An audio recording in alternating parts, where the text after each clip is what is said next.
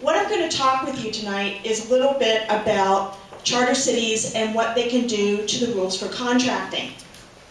Charter cities are allowed to write their own rules for public contracting, but they don't have to. They are fully allowed, like general law cities, to use the Public Contract Code. The Public Contract Code has been established over many years, and when something goes wrong in contracting, people go to their legislators and say, you know what, this went really bad, we need to try to fix it so it doesn't happen again.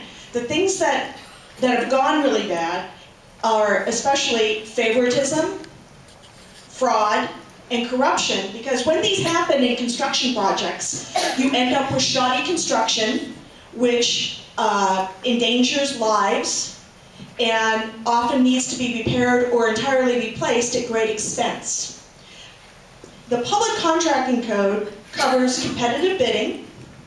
You have to put the contract out for a public bid. You have to publish the bid process. There has to be a time and place for the bidders to meet and to get questions answered. There has to be certain noticing requirements to qualified bidders. You can say bidders must be pre-qualified by submitting things like financial statements and completion histories for their different projects.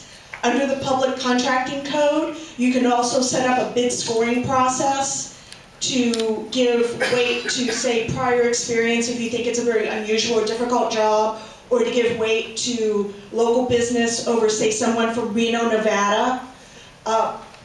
It also requires that you take the lowest responsible bidder, which is not always necessarily the lowest bidder, because what you find out many times, especially in these really hard economic times, contractors need the work like everybody else, so they're going to cut costs. Contracting costs have dropped as much as 40% in some areas because people are so hungry for the work, they're almost willing to do it at break even.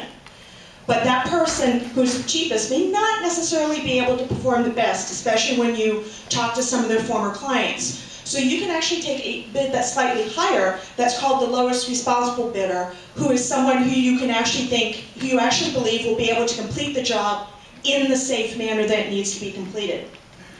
The Public Contracting Code also gives you methods for handling schedule slips, cost overruns, changes to design, and these things happen quite frequently. Anybody who's remodeled a house knows that nothing ever stays the same in construction. The Public Contracting Code and general law cities can also use design-build process.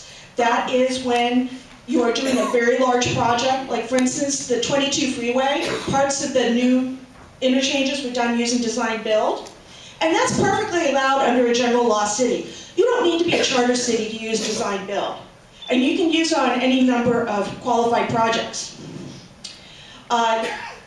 You really need to think hard about whether or not you want to drop using the Public Contracting Code, because it is there because people have learned the hard way about what happens when you let cronyism and favoritism get into construction projects.